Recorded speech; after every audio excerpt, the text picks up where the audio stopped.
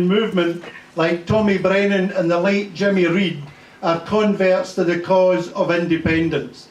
And if everybody had fought for the Scottish steel industry the way that Tommy and his comrades had fought for it, we would still have had a Scottish steel industry today.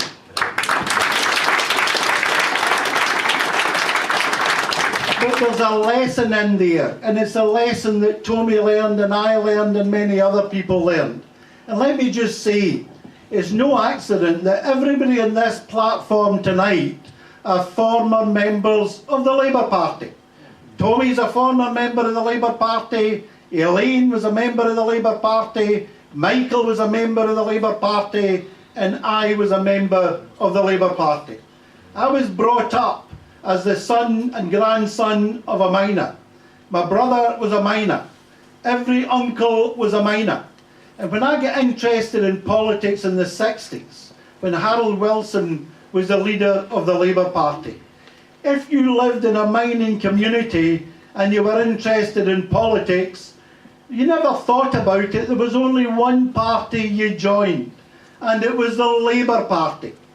But in the 1960s, the Labour Party stood for something it doesn't stand for today. Because it was the Labour Party of the Harold Wilsons and the Willie Rosses, of the Jim Callahans and the George Browns. It was a Labour Party which fought for ordinary working people. It was a Labour Party that believed in full employment. It was a Labour Party that believed in fair education for all. It was a Labour Party that would never have dreamt of privatising public services. And to be fair to Harold Wilson, despite all the criticism of Wilson, those who've read and know their history will know that unlike Tony Blair, who took us into the illegal war in Iraq, Harold Wilson, despite the massive economic and political pressure from America, kept this country out of the Vietnam War being waged at that time by the Americans. But these days are gone. They are gone because Britain has changed. The political makeup, the political culture of Britain has changed in the last 50 years.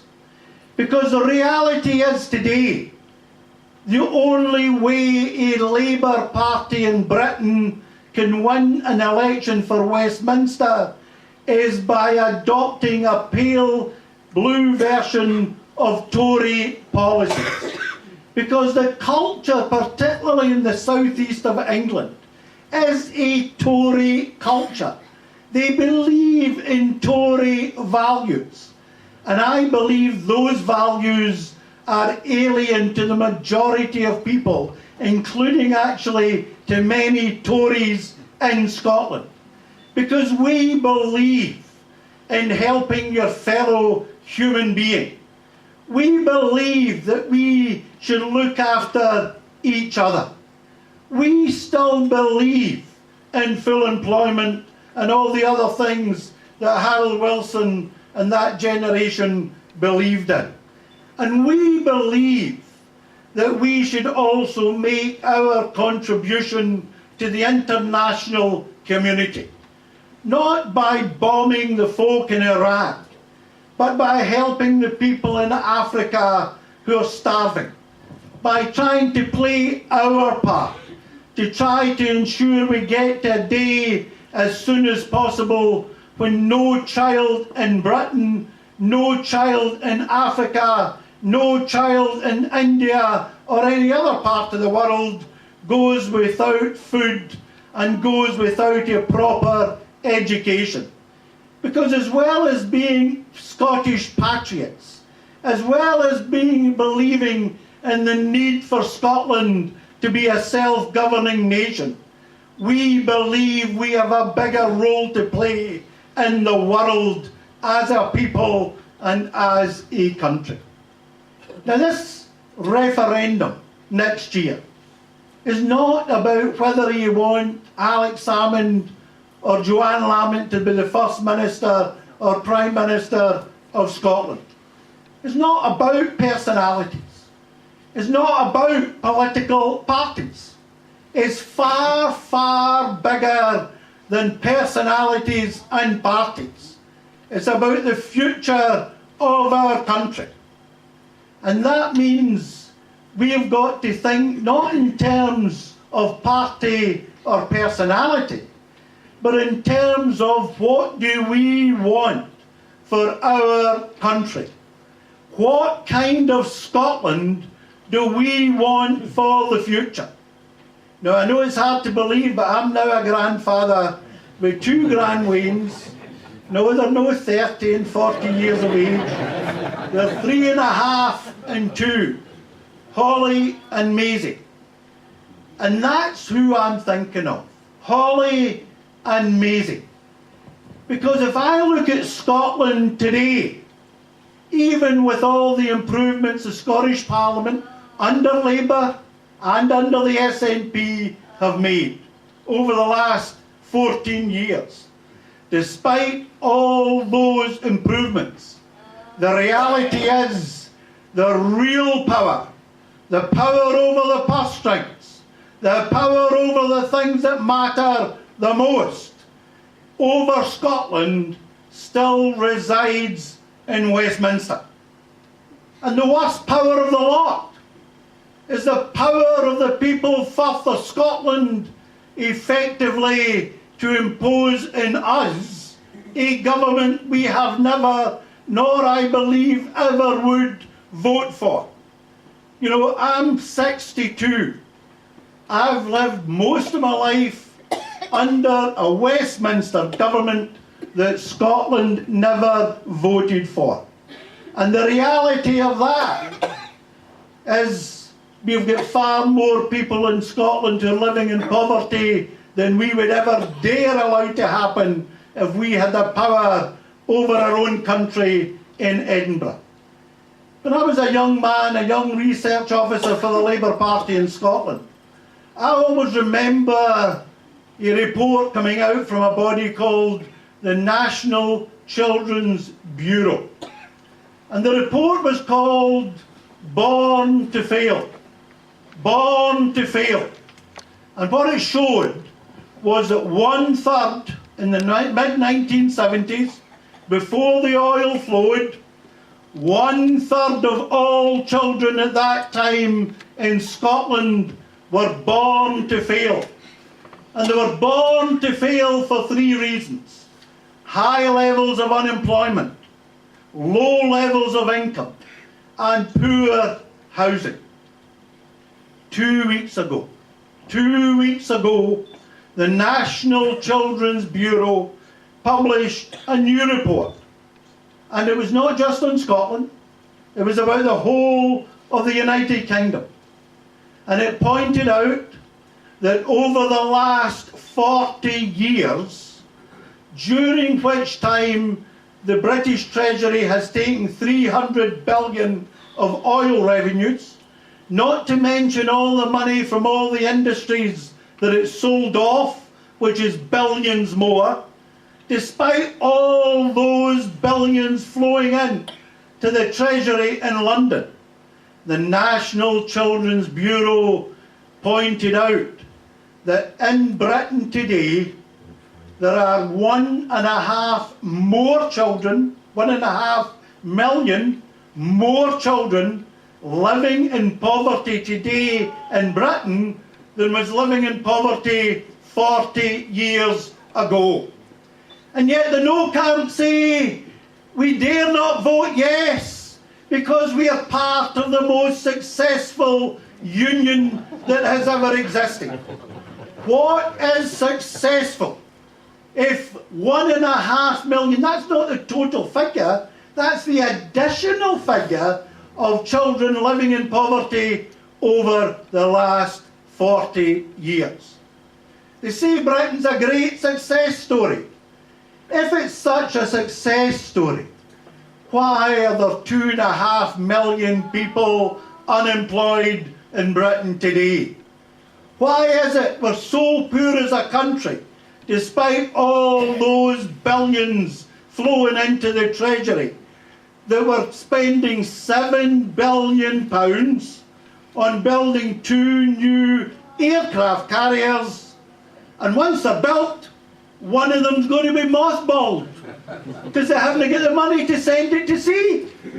They don't even have the money to put aircraft onto the aircraft carrier, and they call that a success.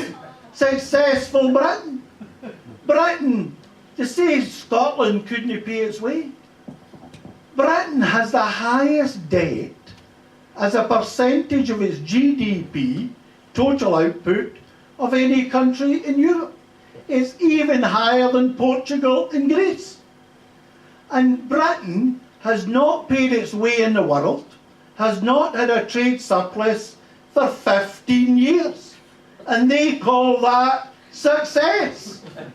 Well, if that's success, I believe we could do far better here in Scotland.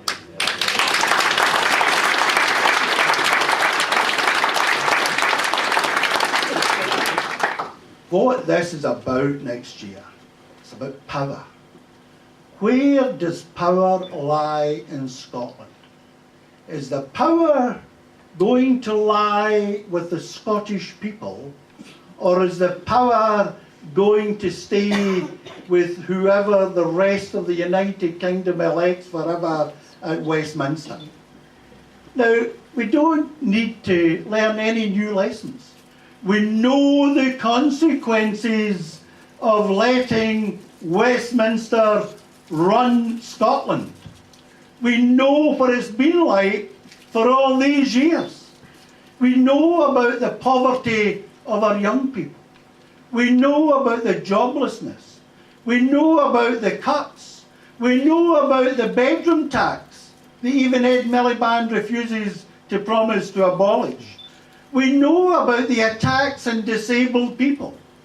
Now, people say to us, but, you know, it's no fair. What will the people in England do if Scotland goes independent? I believe we'll have far more impact on the politics of England by being independent and showing them what we can do to lift our people out of poverty and get them back to work. Yep. Now,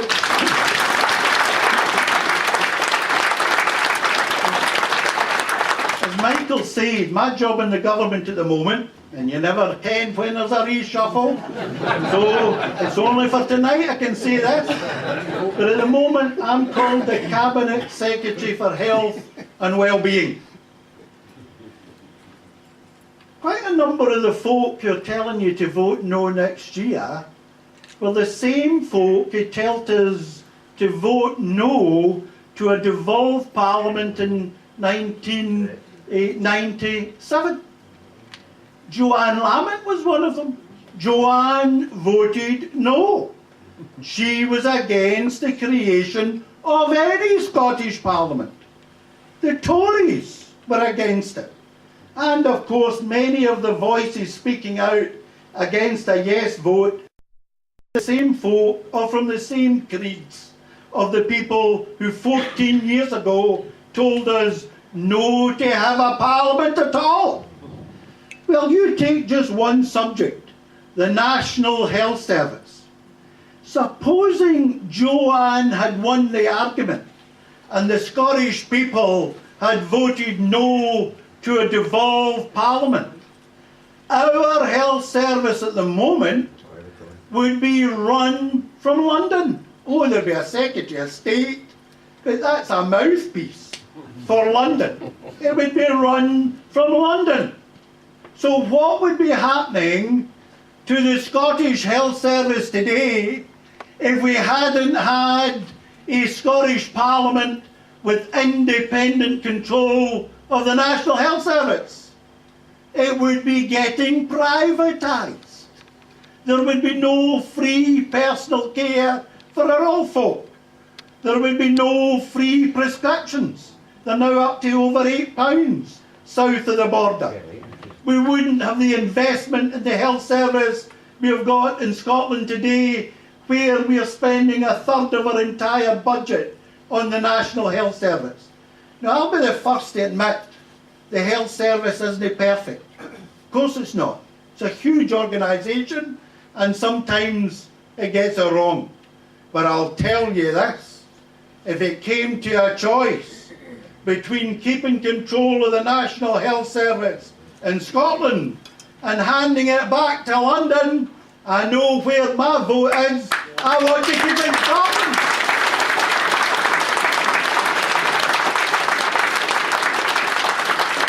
And since we're on the subject, let me say, not just on behalf of myself as a Cabinet Secretary for Health and Wellbeing, but on behalf of the Scottish Government, there will be no privatisation of the National Health Service in Scotland. It will continue to be owned by the people of Scotland.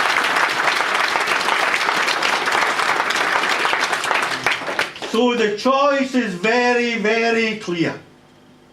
Do you listen to and follow and vote according to the people who took us into the illegal war in Iraq?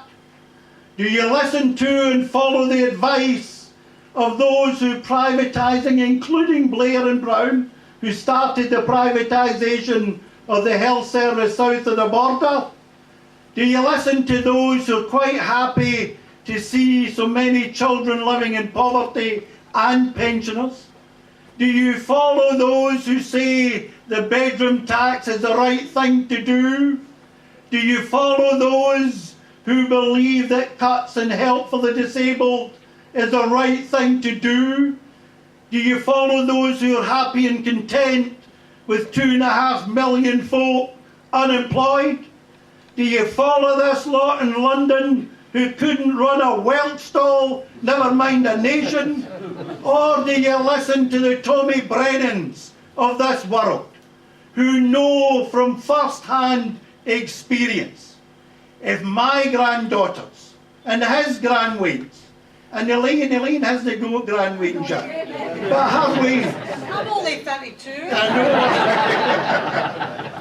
know. If we want a future for your children and your children's children, there's only one thing to do, and it's vote yes. Now let me just finish with this.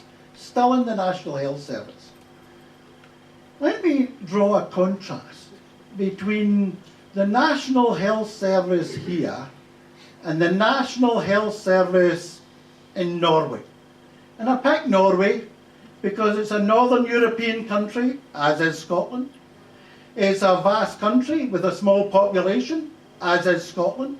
It's an oil-producing country, as is Scotland. It's got a population of 5 million, as has Scotland.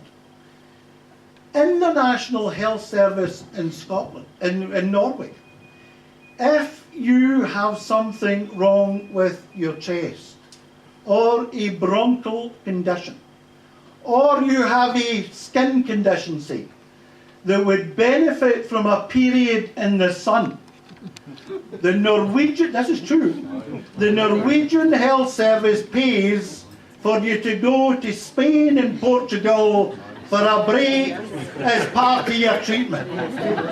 So I'll make a deal with you.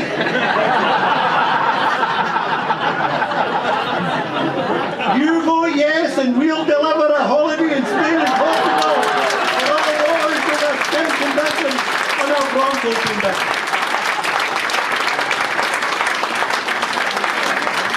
But you look at Norway, but also look at the other northern small European countries as examples: Sweden, Denmark, Finland, even Iceland. Despite all the problems in Iceland, the wealth in Iceland per head of population is higher than it is in Scotland. It's actually higher than it is in Britain.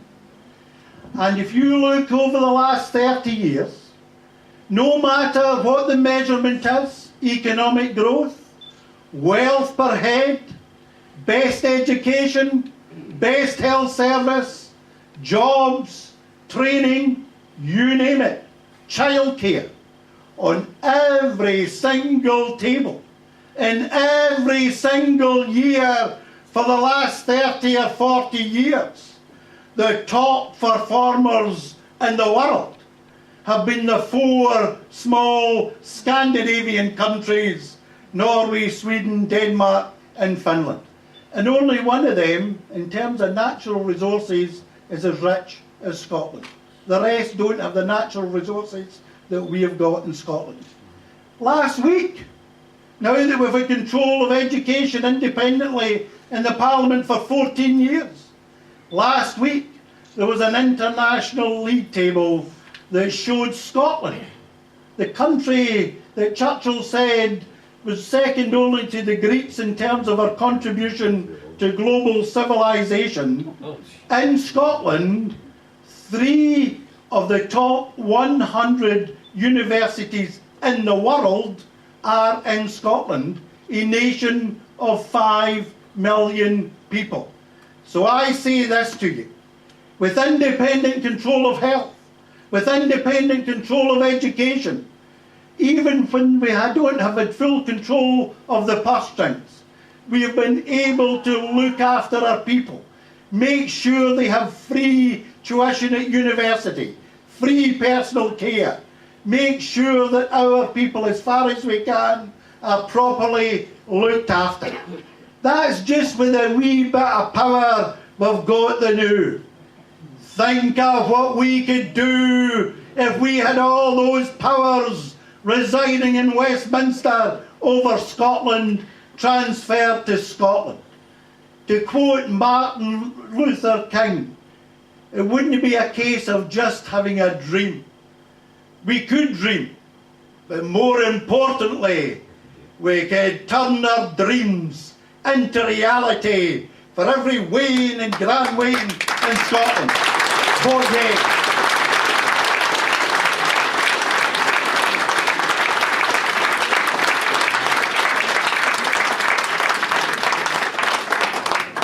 That was some speech, wasn't it? As I say, I've left the star attraction to last. I'd like you to welcome Elaine C. Smith